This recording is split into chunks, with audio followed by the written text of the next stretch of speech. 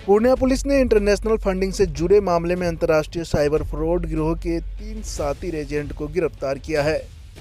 हैरान करने वाली बात है कि इसका हैंडलर पाकिस्तान में बैठकर इंटरनेशनल फंडिंग के चैन को रेगुलेट कर रहा था। हालांकि यह पैसा टेरर फंडिंग का है या हवाला का, पुलिस इन सारे बिंदुओं पर जांच कर रही है। पुलिस ने पकड़े गए शातिर एजेंट के पास से 5 सिम कार्ड, 96,000 रुपये नगद, 6 मोबाइल फ़ोन और 6 बैंक खातों के साथ ही एक बोलेरो गाड़ी को भी बरामद किया है। इंटरनेशनल फंडिंग का यह खेल पिछले 1 साल से रेगुलेट किया जा रहा था। पकड़े गए तीनों साइबर फ्रॉड पाकिस्तान में बैठे हैंडलर के एजेंट के रूप में काम करते थे, जिन्हें फंडिंग की गई रकम के 5% मिलता था। यह फंडिंग पाकिस्तान वाया नेपाल के बैंक अकाउंट के जरिए अररिया के रहने वाले 3 साइबर फ्रॉड के अकाउंट में भेजा जा रहा था। 1 साल में 50 लाख की इंटरनेशनल फंडिंग पाकिस्तान से की गई। हालांकि यह रुपया कहां खपाया जा रहा था, इसको लेकर पुलिस की पूछताछ फिलहाल जारी है। पाकिस्तान में बैठे हैंडलर की पहचान अब तक नहीं हो सकी है। हालांकि हैंडलर के तीनों एजेंट अररिया जिले के रहने वाले हैं, जिनकी पहचान कुर्साकाटा थाना क्षेत्र के गरियाले लोखंड वार्ड नंबर 5 निवासी मोहम्मद रहमान के पुत्र मोहम्मद शाकिम, कुर्साकाटा थाना क्षेत्र के खेसरेल वार्ड नंबर 9 निवासी महादेव प्रसाद शाह के पुत्र सुशील कुमार, फारबिसगंज थाना क्षेत्र के रामपुर वार्ड नंबर 3 निवासी इनामुल हक के पुत्र मोहम्मद शाहनवाज आलम के रूप में हुई है। इंटरनेशनल फंडिंग से जुड़े मामले को लेकर मीडिया से बातचीत करते हुए पूर्णिया के एसपी आमिर जावेद ने बताया कि बीते 1 दिसंबर को एक युवक पुलिस में शिकायत लेकर आया था कि उनका मोबाइल गुम हो गया है, जिसमें उनका फ़ोन पे है। इस फ़ोन पे अकाउंट से फ्लिपकार्ट से प्रोडक्ट ऑर्डर किए गए थे, जिसके बाद पुलिस ने त्वरित कार्रवाई करते हुए प्रोडक्ट लेने आ रहे युवक को इंटरसेप्ट किया। जिसके बाद इन युवकों ने बताया कि यह मोबाइल उन्होंने चोरी की थी, इसके बाद फ़ोन पे से ऑर्डर मंगवाया था। हालांकि इसके बाद जब पुलिस ने इस मामले को लेकर अपनी जांच शुरू की तो फिर जो राज खुला उसने पुलिस के होश उड़ा दिए। जिसके बाद पुलिस ने 5 सिम कार्ड, 96,000 रुपये कैश, 6 मोबाइल फ़ोन और 6 बैंक खातों के साथ ही एक बोलेरो गाड़ी को बरामद किया।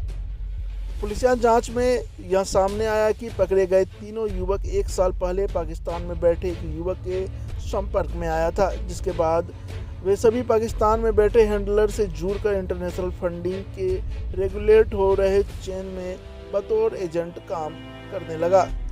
इसके लिए उन्होंने नेपाल के कुछ लोगों से संपर्क किया। इसके बाद नेपाल में इन युवकों के अकाउंट खुलवाए।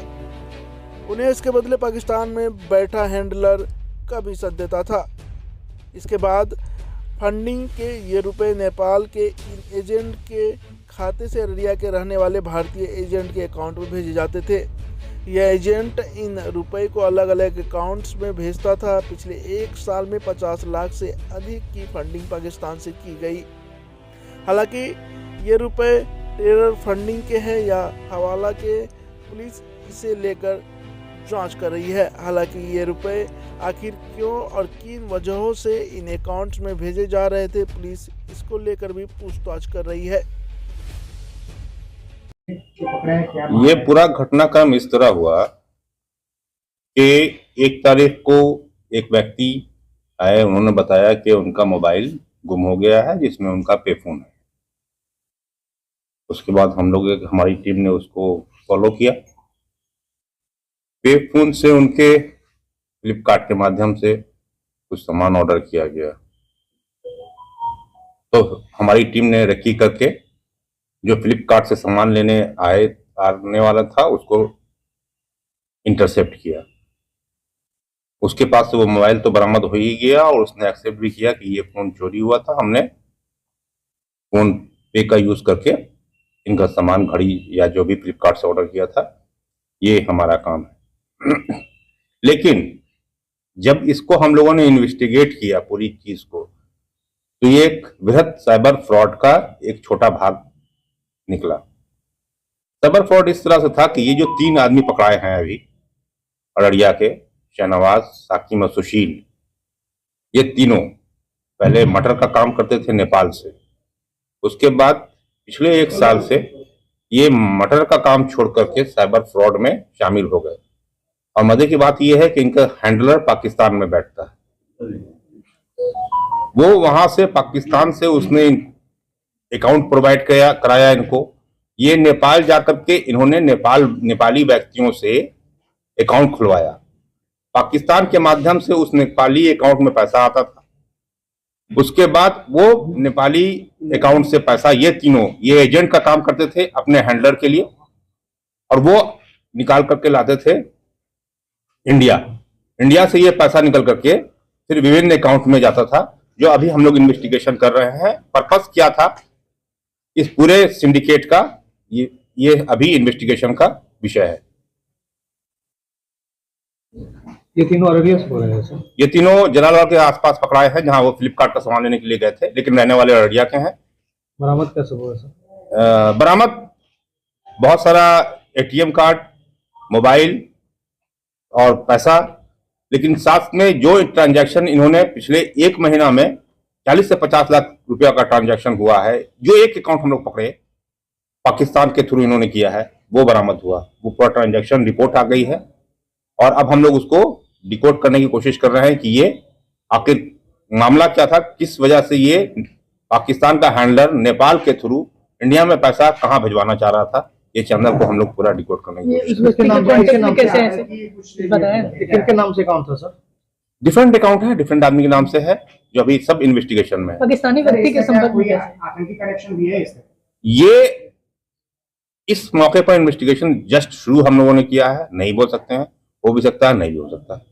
पाकिस्तान से संपर्क हुआ कैसे हुआ, किस तरह से? इन्होंने बताया कि एक कॉल के थ्रू इनको बात हुई थी पाकिस्तान से, जहां उसने इनको बताया कि तुम नेपाल में अकाउंट खुलवाओ, वहां मैं पैसा डालूंगा। नेपाल का जो आदमी अकाउंट खोलेगा, जो नेपाल का व्यक्ति है, उसको इस अकाउंट का 2% मिलता है। इनको 5% पर एजेंट बनाया गया था। ये एजेंट हैं उस हैंडलर के।